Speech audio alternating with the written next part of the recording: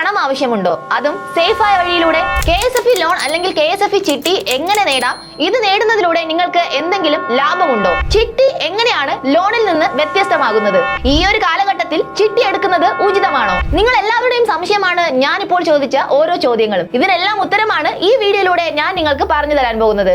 ഞാൻ നിങ്ങളുടെ കരിഷ്മ. എല്ലാവർക്കും ബോസ്വാല മലയാളം യൂട്യൂബ് ചാനലിലേക്ക് സ്വാഗതം. ഇതുവരെ ചാനൽ സബ്സ്ക്രൈബ് ചെയ്യാത്തവർ ഇപ്പോൾ തന്നെ സബ്സ്ക്രൈബ് ചെയ്യൂ. നിങ്ങൾക്ക് ഇതുപോലുള്ള നിരവധി ഇൻഫോർമേറ്റീവ് വീഡിയോ ഈ ഒരു ചാനലിലൂടെ കാണാൻ സാധിക്കുന്നതാണ്. നമുക്കിനി വീഡിയോയിലേക്ക് കടക്കാം. ഞാൻ ഒരുപാട് വീഡിയോസ് ഈ ലോൺസ് അല്ലെങ്കിൽ നമുക്ക് സർക്കാരിൽ ലഭിക്കുന്ന ലോൺസ്, പുതിയ പുതിയ സർക്കാർ പദ്ധതികൾ, അതുപോലെ തന്നെ മ്യൂച്വൽ ഫണ്ട്സ്, അങ്ങനെ ഒരുപാട് കാര്യങ്ങളുടെ വീഡിയോസ് ഞാൻ ചെയ്തിട്ടുണ്ട്.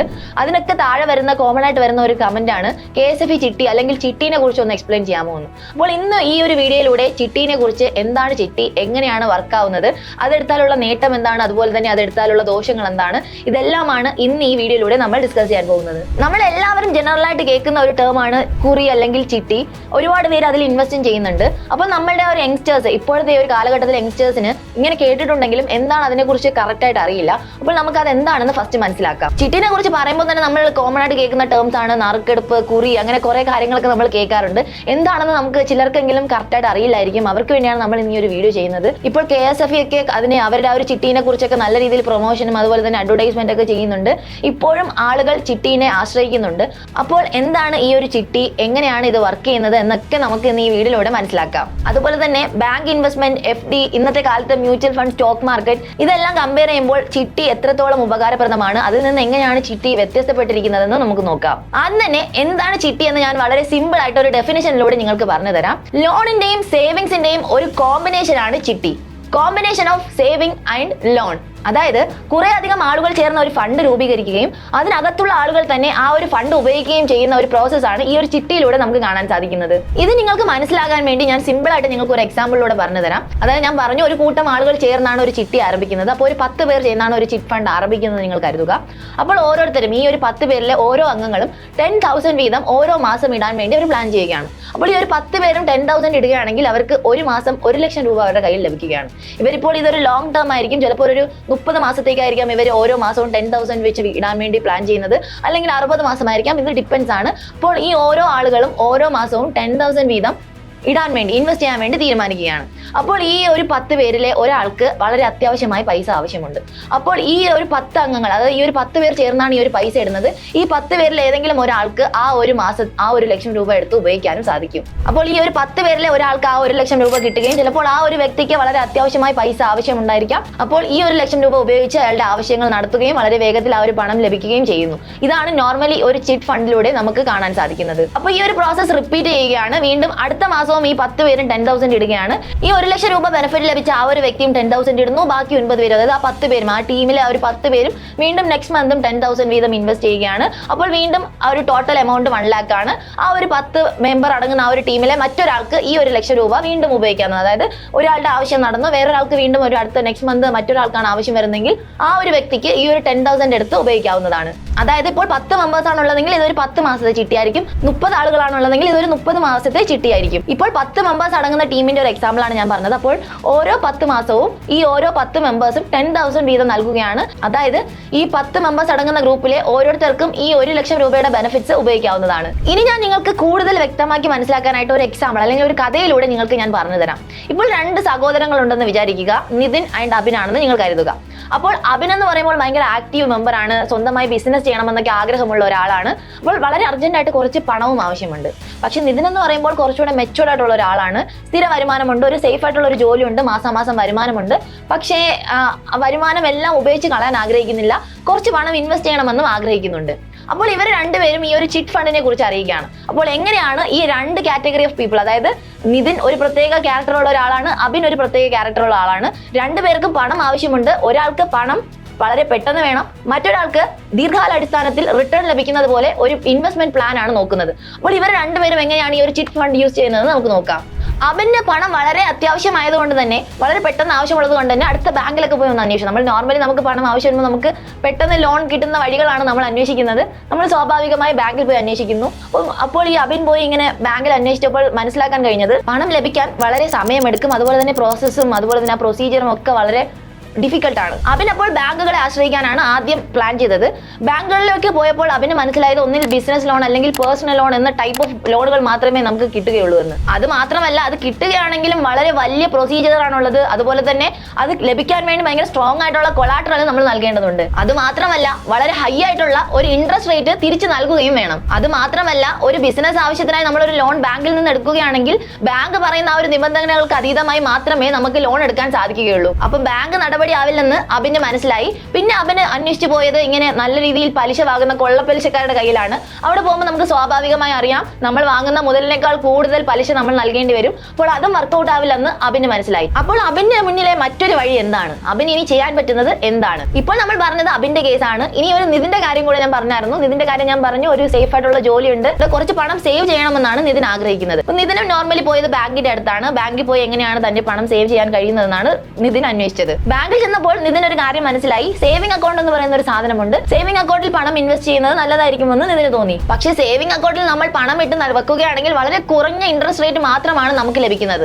അക്കാര്യത്തിൽ നിതിന് സാറ്റിസ്ഫൈഡ് അല്ലായിരുന്നു. പിന്നെ നിതിൻ FD നെ കുറിച്ച് മനസ്സിലാക്കി FD-യിൽ ഫണ്ട് ഇടാമെന്ന് തീരുമാനിച്ചു. FD-യിൽ നിന്ന് ലഭിക്കുന്ന ഇൻട്രസ്റ്റ് റേറ്റിൽ നിതിൻ സാറ്റിസ്ഫൈഡ് ആയിരുന്നു. പക്ഷെ ഒരു പ്രശ്നമുള്ളത്, FD-ന്റെ ലിക്വിഡിറ്റി വളരെ മോശമായിരുന്നു. അതിൽ ലിക്വിഡിറ്റി ഉണ്ടായിരുന്നില്ല. എപ്പോൾ വേണമെങ്കിലും കാശ് ആക്സസ് ചെയ്യാൻ കഴിഞ്ഞില്ല. നമ്മൾ ആ ഒരു മെച്യൂരിറ്റി പീരീഡിൽ നിന്ന് നേരത്തെ പണം FD-യിൽ നിന്ന് എടുക്കുകയാണെങ്കിൽ നമ്മുടെ കയ്യിൽ നിന്ന് കുറച്ച് കാശ് പോകാനുള്ള ചാൻസസും കൂടുതലാണ്. പിന്നെ പുള്ളിക്ക് ഉണ്ടായിരുന്ന ഒരു ഓപ്ഷൻ സ്റ്റോക്ക് മാർക്കറ്റിലും മ്യൂച്വൽ ഫണ്ടിലും ഇൻവെസ്റ്റ് ചെയ്യാനാണ്. നിതിന്റെ ഫിനാൻഷ്യൽ നോളജ് വളരെ മോശമായിരുന്നു. അതുകൊണ്ട് നിതിന് മ്യൂച്വൽ ഫണ്ടിലും സ്റ്റോക്ക് മാർക്കറ്റിലും തന്റെ പണം ഇൻവെസ്റ്റ് ചെയ്യാനുള്ള ധൈര്യം ഉണ്ടായിരുന്നില്ല. ഇവിടെ നമ്മൾ നിതിന്റെ കാര്യവും അബിന്റെ കാര്യവും പറഞ്ഞു. നിതിനാണെങ്കിൽ ലോങ് ടേമിൽ, അതായത് തന്റെ പണം ഇൻവെസ്റ്റ് ചെയ്ത് ഒരു നല്ല തുക ലഭിക്കണമെന്നാണ് നിതിൻ ആഗ്രഹിക്കുന്നത്. പക്ഷേ അബിന്റെ കാര്യം അങ്ങനെയല്ല. വളരെ വേഗത്തിൽ പണം വേണം, സ്വന്തമായ ഒരു ബിസിനസ് ചെയ്യണമെന്ന് ആഗ്രഹിക്കുന്ന ഒരാളാണ് അബിൻ. അപ്പോൾ ഇവിടെയാണ് ചിട്ടിയുടെ ഒരു പ്രാധാന്യം നമുക്ക് മനസ്സിലാക്കാൻ കഴിയുന്നത്. ഞാൻ വീഡിയോയുടെ ആദ്യത്തിൽ പറഞ്ഞു, ചിട്ടിയുടെ ഒരു ബേസിക് കൺസെപ്റ്റ് എന്താണെന്ന് ഞാൻ പറഞ്ഞു. ഒരു ഗ്രൂപ്പ് ഓഫ് ആളുകൾ ചേർന്ന് അവരുടെ പണം മാസത്തിൽ അവർ ഒരു 10,000 ഇൻവെസ്റ്റ് ചെയ്യുകയും അതിൽ ആവശ്യമുള്ളവർ ആ ഒരു 10 പേർ ചേർന്ന് 10,000 ഇൻവെസ്റ്റ് ചെയ്യുമ്പോൾ 1 ലക്ഷം ആവുകയും അതിലൊരു ആവശ്യക്കാരൻ ആ 1 ലക്ഷം രൂപ എടുക്കുകയും ചെയ്യുന്നു. അപ്പോൾ ഈ നിതിനും അബിനും പോലുള്ള കുറെ ഒരു 10 പേർ ചേർന്ന് ഒരു ചിട്ടി ആരംഭിക്കുകയാണ്. അപ്പോൾ നിതിന്റെ ലക്ഷ്യം എന്താണെന്ന് വെച്ചാൽ ഓരോ മാസവും പൈസ ഇട്ട് ഒരു ലോങ്, അതായത് ഒരു ദീർഘകാല അടിസ്ഥാനത്തിൽ ഒരു നല്ല എമൗണ്ട് തിരിച്ചു നേടുക എന്നതാണ് നിതിന്റെ ആഗ്രഹം.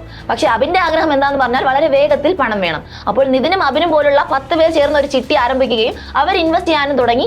ആദ്യത്തെ ഒരു മാസം എല്ലാവരും ചേർന്ന് പണം ഇൻവെസ്റ്റ് ചെയ്യുകയും അബിനാണ് ഏറ്റവും അത്യാവശ്യമായി പണം വേണ്ടത്. അബിന് ആവശ്യമായ പണം ആ ഒരു മാസത്തിൽ എടുക്കുകയും നിതിൻ ദീർഘകാല അടിസ്ഥാനത്തിൽ വലിയ ആ ഒരു തുക വളർന്ന് കൂടുതൽ ബെനിഫിറ്റ് ലഭിക്കാൻ വെയിറ്റ് ചെയ്യുകയും ചെയ്തു. അപ്പോൾ രണ്ടുപേരുടെ ആവശ്യവും ഈ ഒരു ചിറ്റ് ഫണ്ടിലൂടെ നടക്കുകയാണ് ചെയ്യുന്നത്. ഇപ്പോൾ ഞാൻ 10 പേരുടെ എക്സാമ്പിൾ ആണ് പറഞ്ഞത്. ഇപ്പോൾ ഒരു ചിട്ടി, ഒരു ഗ്രൂപ്പ് ഓഫ് 60 പേരാണുള്ളതെങ്കിൽ 60 പേരും 10,000 ഇടുമ്പോൾ ഒരു മാസം 6 ലക്ഷം രൂപയാണ് ലഭിക്കുന്നത്. അപ്പോൾ ആ ഒരു 6 ലക്ഷം മാസത്തിൽ ഏറ്റവും അത്യാവശ്യമുള്ള ആൾക്ക് ആ ഒരു 6 ലക്ഷം സ്വീകരിക്കാവുന്നതാണ്. ആ ഒരു ചിട്ടി നടത്തിപ്പുകാരനാണ് ഈ ഒരു പ്രോസസ് കൺട്രോൾ ചെയ്യുന്നത്. ഈ ഒരു ആവശ്യക്കാർക്ക് ആ ഒരു പണം കറക്റ്റ് ആയിട്ട് നൽകുകയും ചെയ്യുന്നത്. അപ്പൊ നിങ്ങൾക്കൊരു സംശയം ഉണ്ടാകാം, ആ ഒരു മാസത്തിൽ, ആദ്യത്തെ ഒരു മാസത്തിൽ 2-3 പേർക്ക് ഒരുമിച്ച് അത്യാവശ്യം വന്നാൽ എന്ത് ചെയ്യുമെന്ന്. അതൊരു നല്ല ചോദ്യമാണ്. നിങ്ങൾക്ക് ഉണ്ടായിട്ടുണ്ടാവും ആ ഒരു സംശയം. അപ്പോൾ ഈ ഒരു സംശയത്തിന് ഉത്തരമാണ് ഞാൻ ഇപ്പോൾ പറയാൻ പോകുന്നത്. അപ്പോൾ ആദ്യത്തെ മാസത്തിൽ ആ ഒരു എമൗണ്ട് ആർക്കാണ് വീതിച്ചു കൊടുക്കേണ്ടതെന്നത് ഡിപ്പെൻഡ് ചെയ്യുന്നത്. ആരാണ് ഇത് ലേലം ചെയ്ത് നേടുന്നത് അവർക്കാണ് ഈ ഒരു തുക ലഭിക്കുന്നത്. അതെ, ലേലം വിളിച്ചാണ് ആ ഒരു ചിട്ടി ഫണ്ട് നമുക്ക് വിളിച്ച് എടുക്കാൻ സാധിക്കുന്നത്. അപ്പൊ ഞാനിപ്പോ പറഞ്ഞു, നമ്മളുടെ നിതിനും അബിനും ഒരു 60 പേരടങ്ങുന്ന ഗ്രൂപ്പ് ഓഫ് ആൾക്കാരുടെ ഒരു ചിട്ടിയാണ് ചേർന്നത്. അപ്പോൾ ആദ്യത്തെ ഒരു മാസത്തിൽ 6 ലക്ഷമാണ് ലഭിക്കാൻ പോകുന്നത്. അപ്പോൾ നമ്മളുടെ അബിന് ഈ ഒരു പണം വളരെ അത്യാവശ്യമാണ്. അപ്പോൾ അബിൻ ആ ഒരു പണം നേടുന്നതിനായി അവിടെ ചെന്നപ്പോഴാണ് മനസ്സിലായത്, അബിൻ മാത്രമല്ല ആ ഒരു 60 പേരടങ്ങുന്നതിൽ ഏകദേശം 10-15ഓളം പേര് ആ ഒരു പണത്തിനായി അവിടെ എത്തിയിട്ടുണ്ട്. അബിനാകെ കുടുങ്ങിപ്പോയി. അപ്പോൾ എന്താണ് ചെയ്യേണ്ടത്? അപ്പോൾ ഞാൻ പറഞ്ഞു, ഇവിടെ ലേലം വിളിച്ചാണ് ഓരോരുത്തർക്കും പണം ലഭിക്കുന്നത്.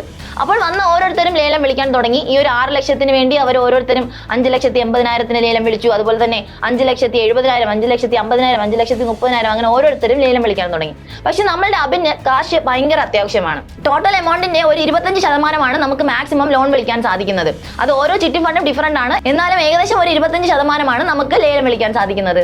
അപ്പോൾ 6 ലക്ഷത്തിന്റെ 25% ഏറ്റവും കുറച്ച് നമുക്ക് വിളിക്കാൻ സാധിക്കുന്നത്. അതായത് 6 ലക്ഷത്തിന്റെ 25% കാൽക്കുലേറ്റ് ചെയ്യുകയാണെങ്കിൽ 4,50,000 രൂപയാണ് ഈ ഒരു ചിട്ടിയിൽ നമുക്ക് ഏറ്റവും കുറഞ്ഞത് ലേലം വിളിക്കാൻ സാധിക്കുന്നത്. അപ്പോൾ നമ്മളുടെ അബിന് കാശ് വളരെ അത്യാവശ്യമാണ്. അപ്പോൾ അബിൻ ഏറ്റവും കുറഞ്ഞത് 25% നമുക്ക് ലേലം വിളിക്കാൻ സാധിക്കുന്നത്. അപ്പോൾ അബിൻ 4,50,000 ലേലം വിളിക്കാൻ തുടങ്ങി. അപ്പോൾ അതേ നോക്കൂ, മറ്റൊരാളും 4,50,000 ലേലം വിളിച്ചു. അപ്പോൾ അവിടെ വേറെ ചോയ്സ് ഇല്ല. അപ്പോൾ എന്താണ് ചെയ്യുന്നതായിരിക്കും നിങ്ങൾ ചിന്തിക്കുന്നത്? അവിടെയാണ് നറുക്കെടുക്കുന്നത്. ആരാണ് അവസാനം ഈ ഒരു 4,50,000 രൂപ അഭിനും വേറെ 2 പേരും കൂടെയാണ്, അവർക്ക് 3 പേർക്കും ഒരുപോലെ അവർ ലേലം വിളിച്ചിട്ടുണ്ടെങ്കിൽ അവരുടെ 3 പേരുടെ പേരും ഒരുമിച്ചിട്ട് നറുക്കെടുക്കുന്നു.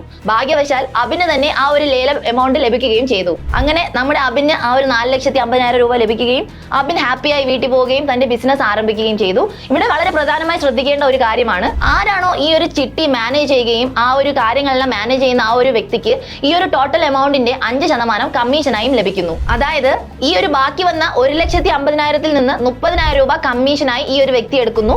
ബാക്കി 1,20,000 രൂപ ഈക്വലി ഡിവൈഡ് ചെയ്ത് ആ ഒരു 10 പേർക്ക് നൽകുകയാണ് ചെയ്യുന്നത്. ഈ ഒരു ഡിവൈഡ് ചെയ്ത് നൽകുന്ന ആ ഒരു തുകയെയാണ് ഡിവിഡൻഡ് എന്ന് പറയുന്നത്. ഈ ഒരു ഡിവിഡൻഡ് ആണ് ഈ ഒരു ചിട്ടി ഫണ്ടിന്റെ ഏറ്റവും പ്രധാനപ്പെട്ട ഒരു ഘടകമായി നിലനിൽക്കുന്നത്. നമുക്കറിയാം, ഈ ഒരു 60 പേരടങ്ങുന്ന ഗ്രൂപ്പിന്റെ എക്സാമ്പിൾ ആണ് ഞാൻ നിങ്ങളോട് പറഞ്ഞുകൊണ്ടിരിക്കുന്നത്. ഈ ഒരു 60 പേർക്കും ആ ഒരു 1,20,000 രൂപ ഡിവൈഡ് ചെയ്ത് ഈക്വൽ എമൗണ്ട് ഓരോരുത്തർക്കും നൽകുന്നു. അപ്പോൾ ഈ 1,20,000 രൂപ 60 പേർക്ക് ഡിവൈഡ് ചെയ്യുമ്പോൾ ഒരാൾക്ക് 2,000 രൂപയാണ് ലഭിക്കുന്നത്. അപ്പോൾ ഓരോരുത്തരുടെ ആ ഒരു ചിട്ടി ഫണ്ടിൽ ഈ ഒരു എക്സ്ട്രാ ലഭിച്ച 2,000 രൂപ കിടപ്പുണ്ട്. അപ്പോൾ നെക്സ്റ്റ് മന്ത് 10,000 ആണ് നമ്മൾ അടയ്ക്കുന്നത്. നമ്മൾ പറഞ്ഞു ഓരോ മാസവും 10,000 വീതമാണ് നൽകേണ്ടത്. അപ്പോൾ നെക്സ്റ്റ് മന്ത് അടയ്ക്കുമ്പോൾ 8,000 രൂപ കൊടുത്താൽ മതി. കാരണം നമുക്ക് ഡിവിഡൻഡായി ലഭിച്ച ഒരു 2,000 രൂപ ഓൾറെഡി കിടപ്പുണ്ട്. അപ്പോൾ അതും കൂടി ചേർന്ന് 10,000 ആകുന്നു. അപ്പോൾ നമ്മൾ നെക്സ്റ്റ് മന്ത് 8,000 മാത്രം അടച്ചാൽ മതിയാകും. അപ്പോൾ next month same process repeat ചെയ്യുകയാണ്.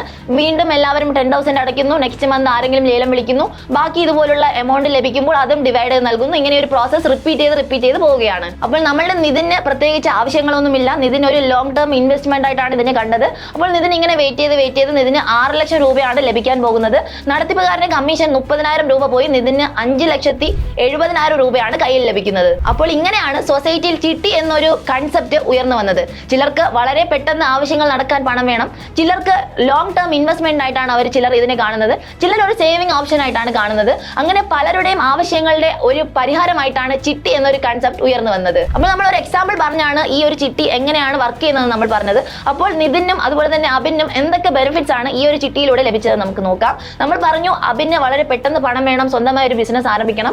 അപ്പോൾ ഈ ഒരു ചിട്ടിയിലൂടെ അഭിന് വളരെ പെട്ടെന്ന് പണം ലഭിക്കുകയും സ്വന്തമായി ബിസിനസ് ആരംഭിക്കുകയും വളരെ നല്ല രീതിയിൽ ജീവിതം മുന്നോട്ട് പോവുകയും ചെയ്യുന്നു. നിതിന്റെ കാര്യം നമ്മൾ പറഞ്ഞു, വളരെ പെട്ടെന്ന് പണം വേണ്ട, ഒരു ലോങ് ടേം ഇൻവെസ്റ്റ്മെന്റ് ആണ് കണക്കാക്കുന്നത്, സേഫ് ആയിരിക്കണം. അവിടെ നിതിന്റെ ആവശ്യവും നടക്കുകയാണ് ചെയ്തത്. അപ്പോൾ നമ്മൾ തിരിച്ചടവിന്റെ കാര്യം പറയുകയാണെങ്കിൽ അഭിന് തിരിച്ചടക്കേണ്ടി വന്നത് അത് ഓരോന്നും ഡിവിഡൻഡിനെ ഡിപ്പെൻഡ് ചെയ്താണ്. ഓരോ മാസവും എത്ര തുകയാണോ ലഭിക്കുന്നത്, എത്ര രൂപ വെച്ചാണോ നമുക്ക് ഡിവൈഡ് ചെയ്ത ആ ഒരു ഫണ്ട് ലഭിക്കുന്നത്, അതനുസരിച്ച് നമുക്ക് തിരിച്ചടച്ചാൽ മതിയാവും. അഭിന്റെ കാര്യം എടുക്കുകയാണെങ്കിൽ അഭിന് തിരിച്ചടക്കേണ്ടി വന്നത് 5,10,000 രൂപയാണ്. കാരണം ഓരോ മാസവും ഡിവിഡൻഡ് ഫണ്ട് വരികയും ഓൾമോസ്റ്റ് നമ്മൾ ഒരു കാൽക്കുലേഷൻ 8,500 വെച്ചാണ് അടച്ചതെങ്കിൽ ഈ ഒരു 60 മാസത്തിനുള്ളിൽ അഭിന് ആ ഒരു തുക അടച്ചു തീർക്കേണ്ടത് 5,10,000 രൂപയാണ്. 5,10,000 രൂപ 60 മാസം 5 വർഷത്തിലാണ് അഭിന് തിരിച്ചടക്കേണ്ടി വന്നത്.